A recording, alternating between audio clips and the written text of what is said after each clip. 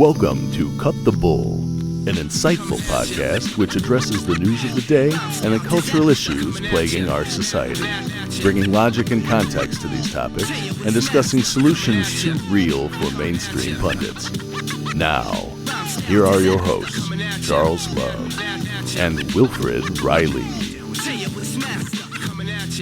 Hello and welcome to Cut the Bull. I am Charles Love. My co-host Wilfred Riley is in class today. You know, school is starting back. He's educating the young minds, so he's going to miss out on the fun. I'm here alone here with our guest this week, Carrie Gress. She is a fellow at the Ethics and Public Policy Center and a scholar at the Institute for Human Ecology at the Catholic University of America. She is the founder and co-editor of the online women's magazine, Theology of Home, and the author of 10 books. The most recent book we're going to talk about today, The End of Women, How Smashing the Patriarchy Has Destroyed Us. Carrie, welcome to the show. Thanks so much for having me. It's great to be here. Did I cover enough there? Should I list the 10 books? I think you got it. I think you got it. Well done. You got that. So, and a professional, as a mom of 5, you know what this stuff is doing to the culture. As I was telling you when we were discussing briefly when we were introduced here, that this topic is important, but it's come up a little more recently for us than usual. We had Peggy on recently, who referenced you and your book in her book, and she had a somewhat different angle approach in her book, and you have a different one in yours. So as I read your book, I was kind of taken aback. I'm sure you get this a lot in interviews. So the different part that you started with. Because and everybody probably says, well, I was always told, if Will were here, we always joked about him being a feminist, and we talk about the different ways. It's like, the first wave, they had good intentions. Everything was good with them. They wanted to do good stuff. It went off the rails after that. And that's what's interesting about your book, is that you point out how that belief that we all have been taught isn't necessarily true. So I guess I want to start with that. But what I want to know is, did you know that when you started writing this book? Like, was that the premise to expose, shine light on this part that no one knew? Or were you writing some other book and then you found that as you went along your way? I had no idea either. I mean, I was exactly like you. I thought everything bad happened in the second wave. The first wave was great. And I really just went back to it because I thought, I need to know about this. I need to have done my own work and looked at the right, analyze this through my own lens and make sure that I really have this covered. So I can say definitively, yes, it was the bad stuff started in the 60s. And that was the fascinating thing. I mean, I thought I was going to just spend a couple of days just researching this, finding some really nice platitudes by Elizabeth Cady Stanton and, the suffragettes. And I just had no idea what's out there and what I had been missing and what everybody's, I think, has been missing. Is just how the dysfunction really started almost from the very beginning. And it's been, feminist movement has just been kind of the snowball that over the years just kept getting bigger and bigger and bigger and, finally exploded in the second wave. But absolutely the first wave was really had some deep problems. And that's really what led us to that place in the first place. But it's almost like the pre-first wave, right? Because you can talk about how you set it up, talk about Mary Wollstonecraft and that and her popular book and those type of beliefs. Because we think of the first wave as Susan B. Anthony, right? So you talk about, you're talking about 1870. I mean, obviously it started just before slavery. Of course, they didn't get the vote to 70 years after men, which is a part of a problem that I think they had. But so they were doing this in the early to mid 1800s. But you're talking about a way back book and conversations from the 18th century. So talk a little bit about what you found in this interesting woman that you write about as the first feminist.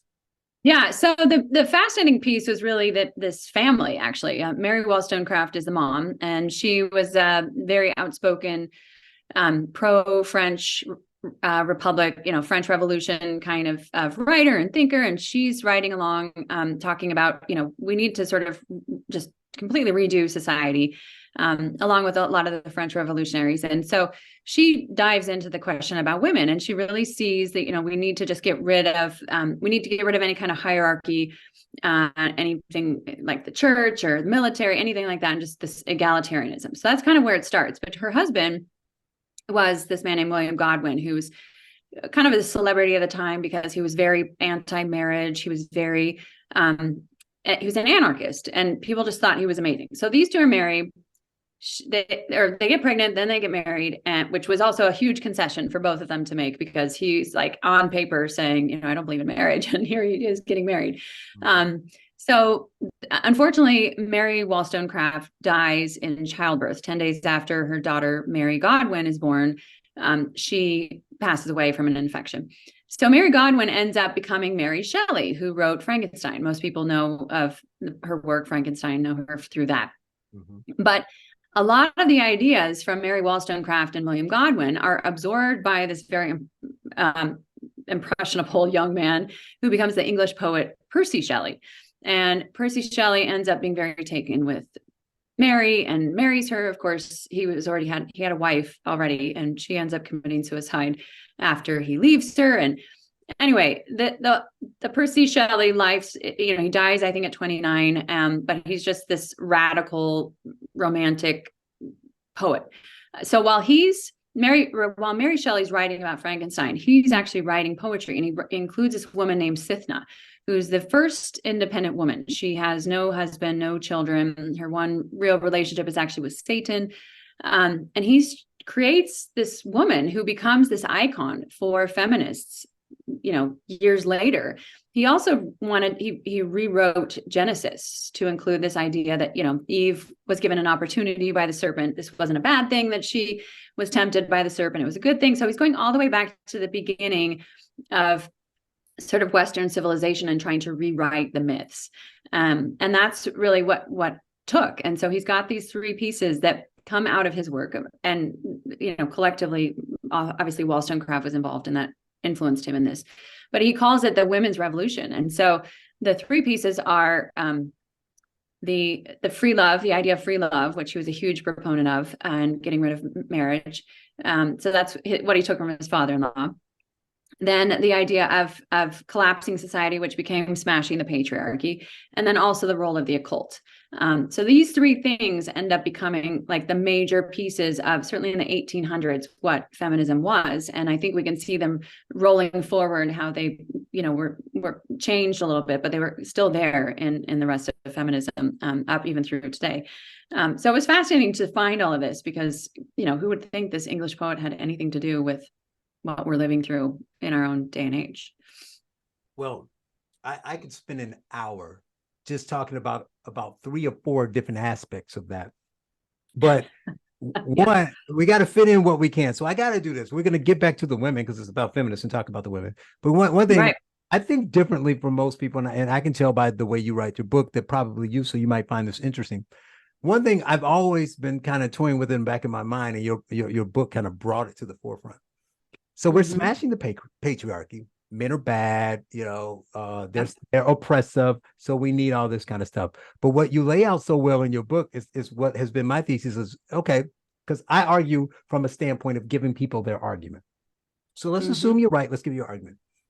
It seems that those evil men sure put a hefty stamp on this feminism thing you talked about, right? They're active in it. They're writing about it. From Mary Wollstonecraft to others, they drew inspiration from other. Shelley, Godwin, our own Thomas Paine, even they were all influenced. Then when you get to later feminists, there's Marcuse and all of the Frankfurt School influence. Those were guys. And then one of my favorite is, so everybody knows you write a chapter about Betty Friedan and the feminist that she wrote. And so I think it was that book where there was a line where she talks about a woman needs a man like a fish needs a bicycle. And I laugh because Gloria Steinem. Yep, that's Gloria Steinem. Right. So you write something about her, about Betty's husband. And and he points out that she doesn't write this book. She doesn't get famous. She doesn't do any of this if she doesn't have a fancy house on the Hudson River, a living maid, so she needed a man to put herself in a position to do all that stuff. So talk about those men along the way, like why they were fascinated with this, why they were pushing for what would be their own demise, why they embraced it, and why they were so there was such a strong patriarchy within the, feminist movement. Yeah. Well, I think it varies from person to person. I mean, obviously, we know someone like Godwin and Shelley are really responding to just these trends in the culture. It's also the same time as the Marquis de Sade and this idea of like getting rid of taboos, getting rid of religion, getting rid of, it's just kind of part of the Enlightenment ether that everybody's sort of taken by and thinks they can kind of create this perfect world. If we just have this revolution to get us there. So I think that those are largely the motivations. And of course, Shelley was such an awful man. He's motivated by his own ego and just any impulse. He has no problem satisfying it. So I think that there's certainly those elements in it. But more interestingly, and I this is one of the things, the ways I laid it out in the book, was just even talking about these women as these lost women who, they're all broken by the men, some of many of the men that you have mentioned. They've, Mary Wollstonecraft in particular had these horrible parents who were just this awful example of, parenthood. And so she has, there's always kind of this anger and rage, or something else is motivating most of these women, and a lot of it is encouraged by these men who see this as a good trend to go into, or this is the movement we want to go into, or egalitarianism is picking up steam. And then of course you have the communists. So in many respects, they end up becoming, especially in the 1900s, the women end up becoming sort of pawns for the Communist Party, for the New Left, and disseminating ideas. And one of the stories that I actually didn't include in the book was about Kate Millett and her role in the revolution in Iran, because she and Simone de Beauvoir, Kate's sister Mallory, has told me the story after Kate died. But they were in Paris, and they knew the Ayatollah there, and they were like, "Let's go. We're going to help you with your revolution. You're going to create this amazing place for women." And sure enough, the revolution happens there, and Kate is there in Iran for like 6 days, and finally she gets deported from the country because of course none of the things that she expected to be happening in that country happened. So you can see all of this kind of manipulation of feminists to get the ends that were not really the ones that they were intended to achieve. But it makes sense though, because if you look back at it now, we know today that Iran is the Mecca for women, and that's where all the women moved to for their freedom. So I guess it was worth it. That is exactly right. Wow. That's exactly right. All the women are moving there. Exactly. But that's the thing with all of this. It never ends up, because layered on top of all of this stuff, we're going to get to the other one, which is the occult. But layered on all this is this pesky human nature thing, right? The fact that people do what they normally do, so they can never, they're trying to fix something they cannot fix, and it always goes awry. And why doesn't anyone, I mean, even back when you mentioned the family, let's go back to that, because it started with that family. You talked about Percy a bit, but he left, all of them really left a wake of destruction. I mean, I think everybody committed suicide or died young in the whole family. Like, it's the whole family. And so people read that years later, it's like, oh, he's such a good, look at this. It's so poetic and beautiful. It's insane. Look at what really happened. And we know it. And no one notices it. No one notices that Gloria Steinem's life was a wreck. No one notices that all these women who were screaming, you talk about that when you move forward, screaming their abortion, are miserable, horrible people. No one notices that none of the feminists today are happy. Because anybody just ask that, not about whether women need to be treated fairly, but is this over the top smashing the patriarchy good for the person who's arguing for it? Because they all seem a little bitter. There's a lot of bitter going on out there. Yeah, no, there's plenty of that, and I think the entitlement piece is really hard. Just women don't really get pushed back on anything, unless you're conservative. But there's not any kind of like rules anymore. So I think that these are huge and important questions to ask. Like what's happening, especially to poor women. Just that idea of poor women are not getting married to men; they're getting married to the state. They have children, and it's the state that's taking care of them. It's that idea of bureaugamy. The statistics are really troubling when people actually look at them to see what's happened with women, and there is no correlation that feminism is bringing us happiness. Now, I want you to talk a bit about the occult, but I also need to say what popped in my head when I read that. So what I find interesting is, obviously we in a society today that is moving closer to a bunch of people who are none, right? They're consider themselves, well, I'm just spiritual, but this, and they're moving away from religion. And sometimes we're bouncing back because people I know one thing that's positive, a lot of people who are agnostic and atheists arguing for Judeo-Christian values because they see what's happening. So the people do realize how bad some of this stuff is. But it didn't surprise me that some of these people were dabbling in it. What I found interesting is the very people who want to tear down all these structures, right? The things that we've been living by for millennia, but they want to tear down religion because it's bad and it's fake and it's phony. And it always makes me think, so given the argument again, if religion is childish fairy tale fantasy, why the obsession with Satan?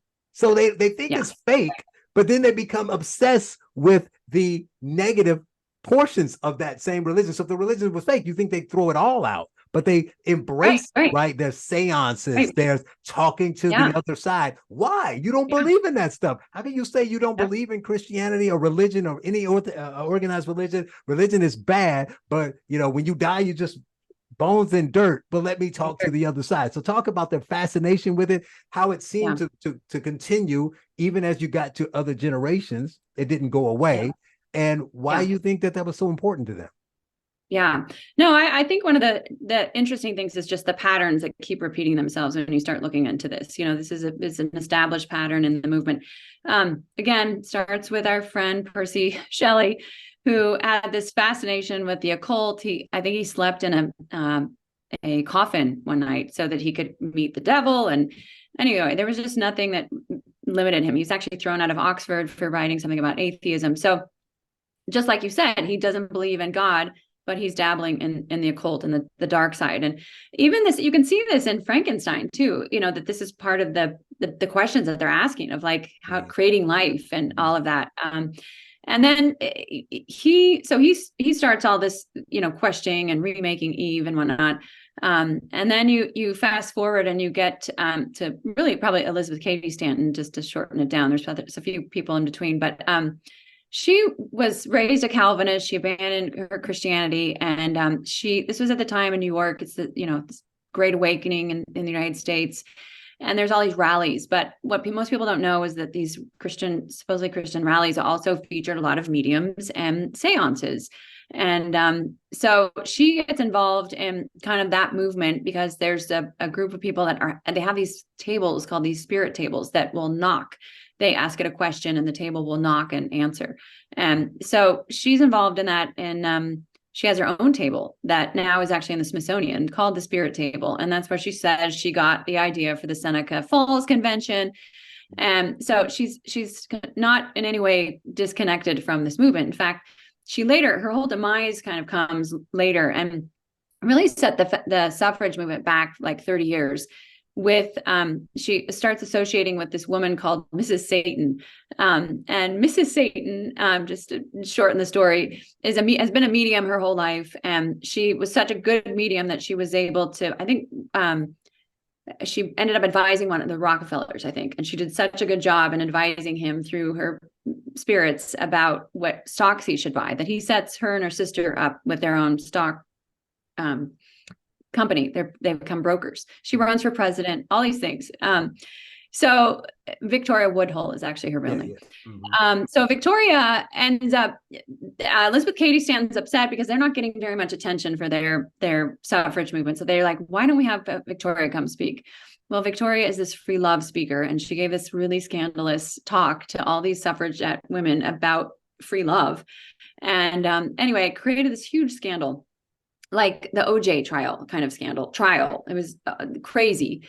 And she ends up getting kicked out of the organization that she started. And there was all this infighting between the different suffrage movements. But at the heart of it really is this connection to the free love movement and the occult. I mean, those things were just rampant throughout the leadership of the movement. So yeah, that was the 1800s. And then the 1900s, actually, the occult part sort of mellowed out a little bit because they were aligning themselves with the communists, and of course they're all avowed atheists, so they didn't want the occult kind of was suppressed. But of course it was, there was still a lot of activity, and you see it really crop up quickly in the 1960s with this emphasis on this one demon named Lilith, Lilith Fair, the Lilith Fund, all of this comes up. And so anyway, there's all these layers. And then it comes back with a vengeance. Witchcraft is back in style in the 70s. And even in this book called The Sisterhood is Powerful, which was Robin Morgan compiled it. It's all these different feminist writers. There's actually spells in the back of the book for like your everyday use. You can just, you need a spell for this. It's in the back of the book for you. So the witchcraft piece was very, strong in the second wave as well. But it wouldn't, again, it's just all cyclical. It just keeps coming back in different manifestations over, throughout the centuries. And one quick question, you may not know, but you referenced it in the book. So you talk about it cyclical and these things coming back. So you talk about bringing it forward. You listed some of the celebrities who dabbled in some of these things, your Beyonce's, your Little Kim's, Jennifer Grey, things of that nature. But they're a little weird, and I don't follow them because they bore me, but they're a little weird in the sense that they're dabbling in this stuff. But if I recall, I hear them sometimes in the periphery, and it seems like they still stick their toe in claiming to be some form of pseudo Christianity, right? So they're not atheists though, right? So they're dabbling in this stuff, but I know Beyonce for sure is still saying that they are Christians, but I don't know if you saw this, Beyonce, they had a whole church. Did you ever see this? Like 2 years ago, there was COVID, 5 years ago, 4 years ago, there was a church service. I want to say it's in LA. So this is a Christian church, maybe a Catholic church. They did a service, but the whole service was to Beyonce music. So instead of playing hymns and stuff, they play Beyonce music. So they kind of lift her up as some kind of idol.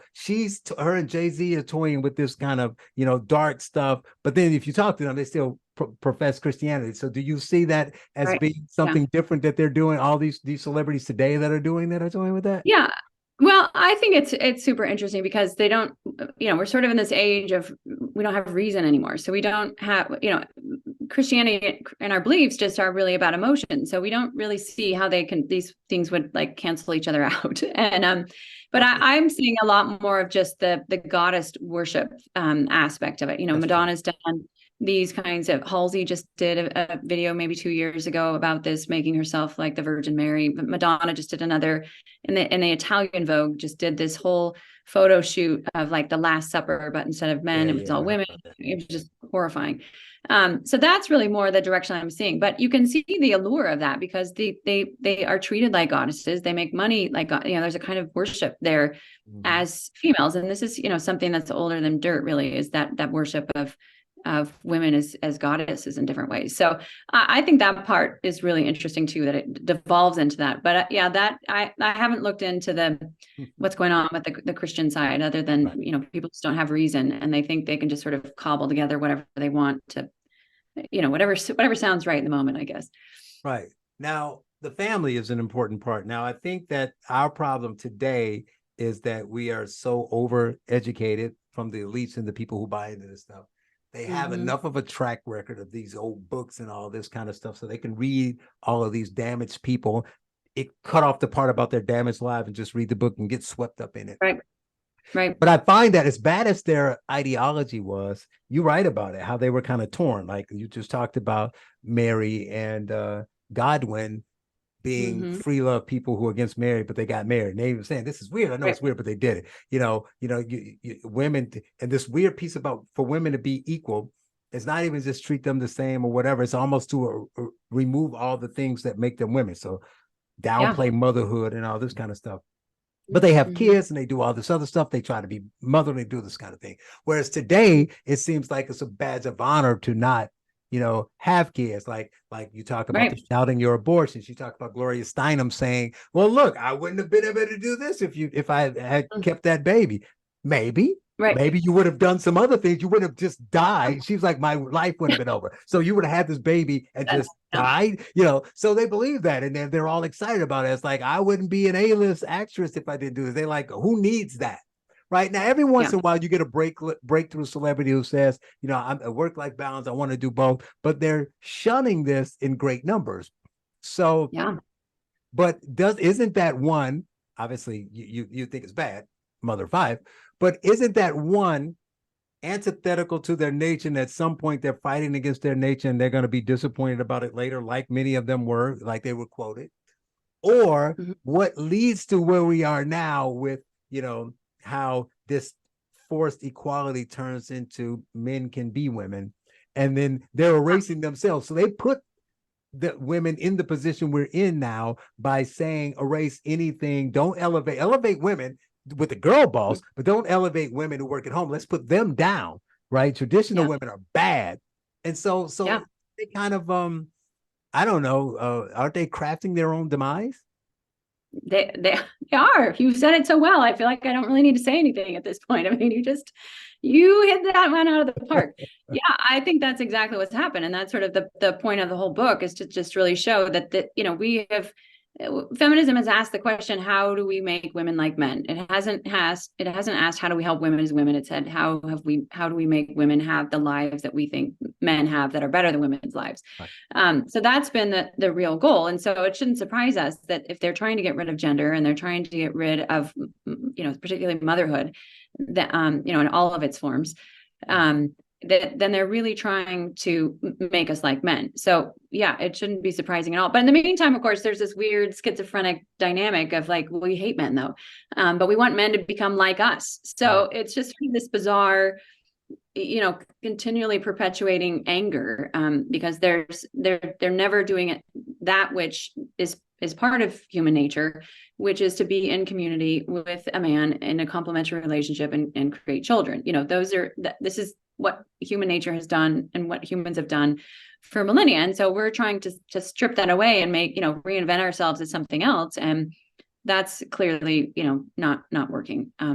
So yeah, they've gotten to the point of like people can see that they've undermined their own efforts, I think. But they hate men. And yet, correct me if I'm wrong, I also noticed that let's take that girl boss again, right? It's different from, what was it? You used to be anything you can do, I can do better. The Anjali, I can bring home the bacon. Yes, the bacon. Right. Yeah, I remember the Anjali. That was the set at the end.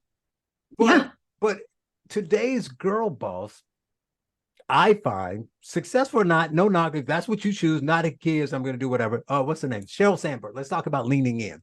The whole point of it was, it's weird in the sense that it's almost like in order to beat these men, we need to be men.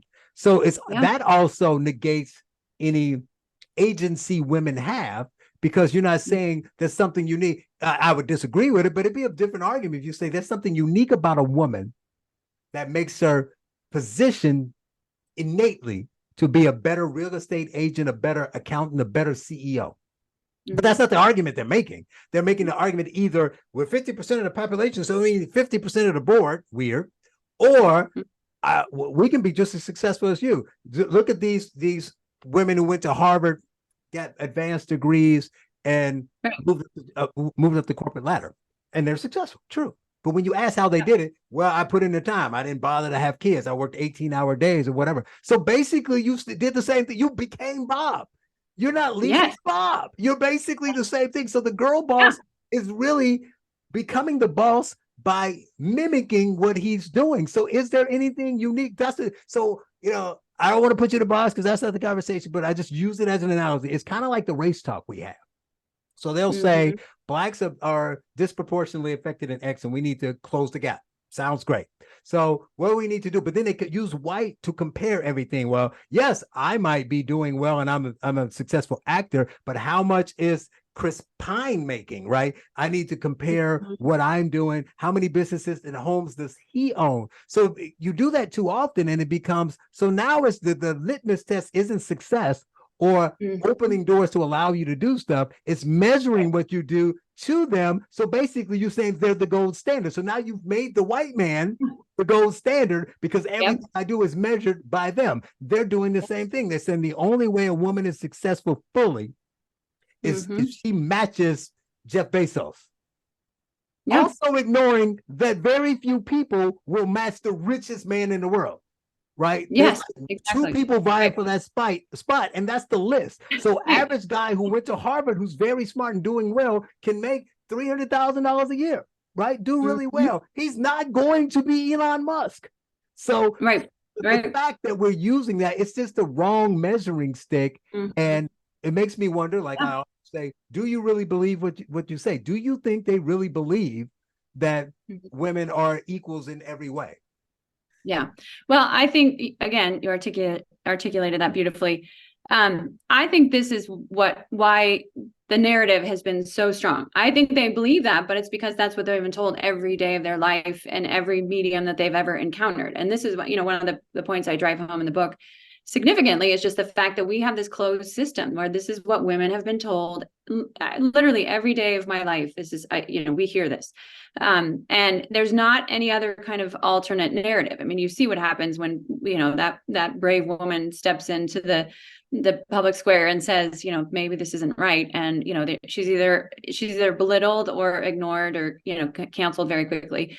Because they don't want that precious narrative threatened in any way, because it is really this idealization of the masculine. They think that's how people are going to be happy. And so we have to keep pushing that over and over and over again. And, the Barbie film, I think, is a perfect example of like finding a new way to rebrand itself, find a new generation of young women to realize how the patriarchy is bad. And when men try to organize things, it's a disaster. So this is why we need women to come in and fix everything and take care of it. And, you just add some pink, a few tender moments and some nostalgia, and you got it, that you can say whatever you want. So I think that's what, is the hardest part, is that unless women have other great women around them, they just are not, or they read a lot of history, or they read books outside the context of our own narrative.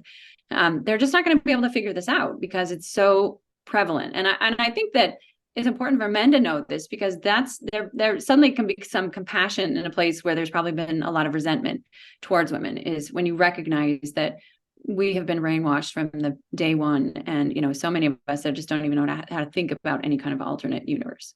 Now, you mentioned Barbie. I got to go there for a couple minutes because that was hilarious. I'm assuming you saw it. I actually saw it, shockingly. I went to see it it was kind of like a joke. Catherine Burbissing and I went to see it. And I thought it was interesting and hilarious, but probably for different reasons than everybody else, because my mind is weird and I'm thinking differently. So I thought a bit about the premise and what they were trying to do, and that was confusing. But even in what they did, it's almost, to me, it felt like they were gaslighting people, everybody. So they would get close to a logical point, but then they won't drive it home. So yeah, there were the pieces about the patriarchy, and I get that anybody who's pushing back against that, like, who would say, look at what they did. But take it a step further. There's a point in the movie, she's treating Ken bad at the beginning. It's like, can I stay over? No, of course it's girl night. Every night's girl night. Go away, boy. We don't need you. Then he gets mad. He finds out about patriarchy. He does this thing when she takes it over. She realizes that she was wrong and she treated him the same way, but she never goes anywhere with it. So it's almost like, see, learning, because she didn't go anywhere with. She's just like, yeah, I guess I'm sorry. I realize I told you that. I probably shouldn't have told you that every night's girl night. Oh, well, but you still can't stay here because I still don't need you. So then she say better. Right. Which was weird. Yeah. Also, so it's sort of just like lip service. Yeah. Just that nothing really changes. Right. Yeah. But here's my favorite part. So patriarchy is bad. You'll love this. I don't know if you'll remember this part, but when I tell you, the light bulb's going to come on. So patriarchy is bad. Girl boss, he comes in and all the Kens take over and they're ruining paradise. We need to fix paradise. And how did they fix paradise? They had to go and play stereotypical women to feed their egos and tell the guys that they're so nice and then do all this other kind of stuff. So they revert back to the very thing that they would detest. So you would think you hate that so much. I draw the line that I'm the Supreme Court justice. There's no way I'm going to go bat my eyes and lower my shirt to lull Ken into some false sense of security. That's beneath. Yeah. So they resorted to the feminine wiles. They did what they did. They did what told them to do, right? And then the Barbie land was never perfect anyway. It was only perfect because they thought it was perfect. Once they realized that it was all fake, it really never really worked out the way they wanted. So yes, they made men look like kind of bad and patriarchy was bad, but they didn't have a solution. What they had wasn't better. Yeah. No, it's true. Yeah. And actually, it's interesting because I remember thinking about the Ken character though, but you remember like the movies, the Gidget Goes Hawaiian, or Gidget films. Yep. So basically Ken is like the male version of Gidget and Barbie's Moondoggie. And they just sort of reverse the script because Ken, all he does is beach. He doesn't have anything even to do there. He just does beach. And that's sort of what Gidget was doing with Moondoggie, and Moondoggie's got this whole life. So it's really interesting to see how there's that desire to, not just, we're not trying to elevate everybody. We're actually trying to like suppress men and, you know, in the way that we think women used to be suppressed. So it's still this constant, you know, abuse instead of we want to really help you. Anyway, people could argue don't that help women, you know. Happen, but I call it like negative equality. You want equality, there's two ways to do it. Everybody thinks it means elevating the person who's oppressed. No, I can just bring you down to my level, and that works too. You just come on down here. Yeah. Right. That's the end. Where it's like, well, can we get at least one seat on the Supreme Court? No. But can we have any positions about? Let's not get crazy, Kens. Right. No. So I mean, it was just funny. I just thought that I understood what they were doing, but they couldn't think it through. It's almost like the last thing, because this is kind of feminine. The Sex and the City reboot. I watched the first episode just because everybody said it was so bad. I wanted to see what it was like. I don't know if you've seen that, but what I found was funny is really they were trying to make fun of how far the culture. To their credit, they were mocking the current culture and how far it's gone. Wow. But they couldn't do it because they're true believers. So how can you, as a true leftist, a true feminist, a true believer in the culture, also mock the culture? Because you're only going to go so far because you buy it. So it made it come off weird. But if you strip it down, they really were making fun of it, right? So Carrie, who's the star, obviously is sitting with her friends, and they're doing all the typical current culture woke stuff, and she's mocking them. Like, yeah, let's do that. Like, I won't be there. I'm like, to one point, I was like, why are you even having brunch with them if you hate them so much? She mocked everything they did. Then she's doing a podcast, and there's this woke, non-binary woman on there, and she literally has a woke button and it presses the button every time she's about to say to like, you know, signal that she's about to say something woke. So they're really making fun of them. They just did a bad job of it. So people watched it and thought it was woke. No, it was trying to make fun of, say, I agree with you all, but we might have gone a little too far, and they just do it well. I guess I got to leave with, what do we do? How do we what do we do? get people to understand that none of this stuff from the beginning to the first wave, to the real first wave, all the way through what 12th wave or whatever wave we're on. Whatever, I know. Who can keep track of the wave? Yeah, whatever it is. The wave is already just, you know, cast us underneath and we're drowning. How do we get them to see it, and how do we shift it? Yeah. Well, I mean, hopefully this book will have some kind of an impact. It feels like it's already launched well and is getting a fair amount of attention, just for people to start connecting the dots and really seeing that this is communism, this is Marxism, this is, you know, and this was all planned, you know, by the Frankfurt School, the sexual revolution, you know, all of these things.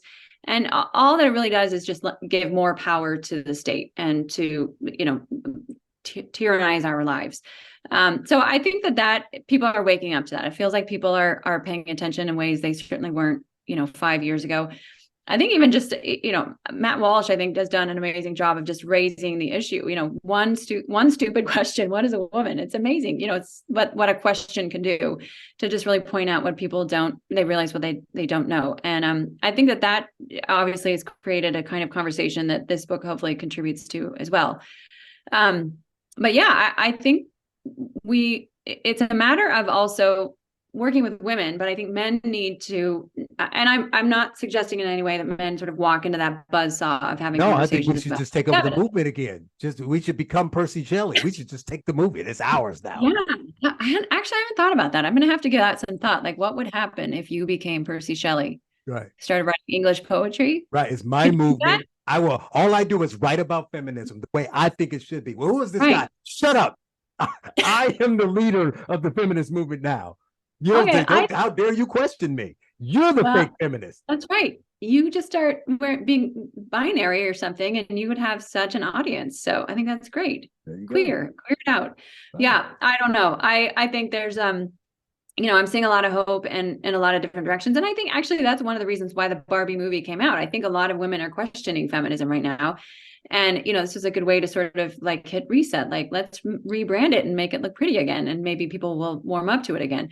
But I'm, you know, encounter women every day who are just have had enough of it. And especially younger women that don't have all of the sort of trappings from, you know, growing up with it, that they're willing to question it. So I think there's a lot of hope, and it's just a matter of people really paying attention to what's, you know, really going on and doing radical things like getting married and having children and, you know, being a real family and loving your wife and loving your husband, you know, those kind of very simple things, go so much further, because that's what they've been targeting, is the family. So if you can shore up your own, then you're doing a lot more than you really That's realize. what Peachy says. We're gonna procreate our way out of this problem. Right. Go Peachy. Right. One last thing we didn't get to, but I do want to mention is education, because the school thing, because that's another level. I know you homeschool, but you talk about the Barbie movie being one way they're going to do it. It's like in the schools, and they're kind of inculcating the next generation. I told you my son is 7, and he had a whole week on gender in school. Oh, man. A week. Yeah, because that's what you need.